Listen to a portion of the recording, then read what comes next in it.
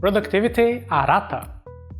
Finding clients who pay your price can be a big challenge if you are an independent professional, a freelancer, or part of a small business. And when you do get a client, it is natural to have the desire to do whatever it takes to satisfy that customer. It is great that you've got this professional attitude of wanting to do anything to please your customers, but that may not always be realistic. There will be times when you need to say no to your client. You don't want to clash with the person who's paying your bills.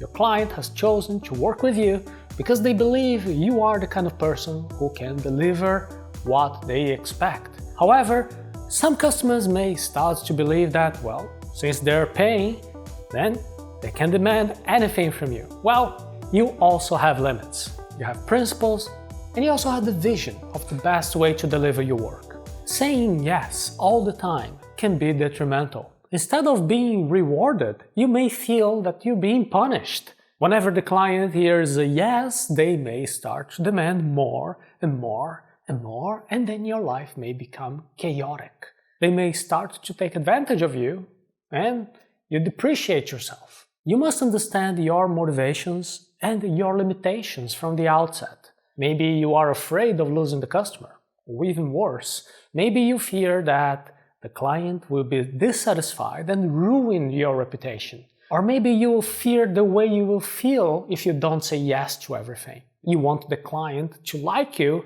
and approve you. But at what price? If you begin to wear yourself out and commit to do activities that don't add value to your work, you could end up spending all your day doing useless little things that would only take up your time, making you do what you shouldn't be doing, and then you get stressed. You may even start delaying the delivery of things that are really important. If you find it difficult to organize your priorities, you can do our course Focus, which is a crash course and will help you to concentrate on what's really important. You can go to arata.se/focus course. Give your client the opportunity to speak first. Somewhere inside of you, you believe that because you have all the experience, you are the one who knows the best way to do your work. You can feel contempt towards your customer when they are asking you to change things that will bring the quality of the final work down. And this is typical in cases of intellectual creation. For example, if you develop websites, logos, or visual art, often your customer will ask for modifications which, in your opinion, will turn the work into crap. Hold back your desire to wave this in your client's face that they are just making some unreasonable request and that you know better, that you're brilliant. This will only create a conflict between the two of you. In any professional area, if you work directly with customers, the first thing to do is to hold back your desire to reject their ideas. Actually, you should do the opposite. You should give space for your client to talk. Let them open up and express what's on their mind. In that communication, let your customer understand that you respect and appreciate them. You are a professional whose mission is to hear what they need. I have to make an important clarification that you must genuinely appreciate your client. So this is not something for you to memorize. This is not a technique for you to pretend to feel something that you're not feeling. It is paramount that you, as a professional, understand what is behind your client's comments and requests. Your client has needs. And it is your professional duty to translate what they are saying into some appropriate solution. When you understand what is behind the request made by the client, then you can understand their real need. And then you may put forward other suggestions that are also suitable according to your professional ethos and that will also satisfy the customer's need. Seek cooperation and avoid conflict.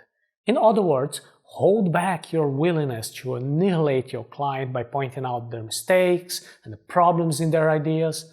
That's unnecessary. This will only throw you right into some type of a combative dialogue. Your client may even think that you are slacking off and you haven't understood what they want. The risk here is a passive-aggressive behavior in which they may just be quiet, pretending to agree with you, but they will never come back to do business with you as a client, and they also won't refer new customers to you. When your customer makes a request, it is a very important opportunity and valuable opportunity for you to understand their needs that have not been met yet. You can obviously do literally what they're asking for, or you can use your experience and your knowledge to create something truly amazing that is both good for you and for them.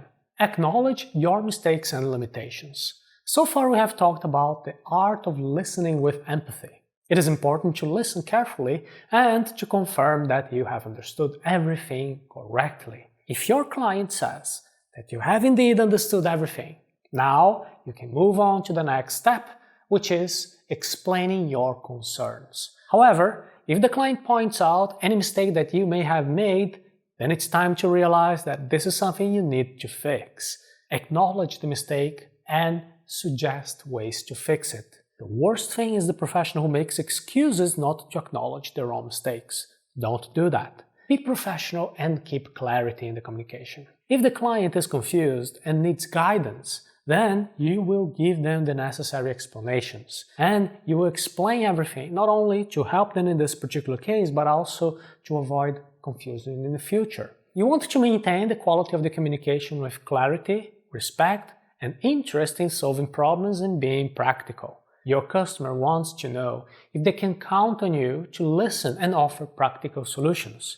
And if you say yes to everything, sometimes you may not be practical. Maybe the customer doesn't understand exactly what you're doing, what exactly is the work you do, especially if you work in a big company. Maybe they will ask you for things that are not part of your area. So it is part of your job to help your client understand how can you help, and you can empower your client by giving further education and pointing him to the right directions. If you don't do that, you will suffer the consequences. And here is one extra tip.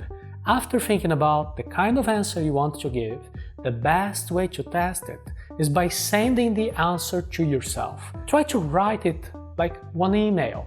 Read your own words. How do you think your client will take your no? This is a great activity for you to put yourself in their shoes and make the necessary adjustments in the communication. And this is all just the tip of the iceberg. There is a lot you can learn for your professional communication, and that is why we have the course How to Say No, which will help you to communicate more assertively. You can go now to arata.se/how to say no to have access to the full training.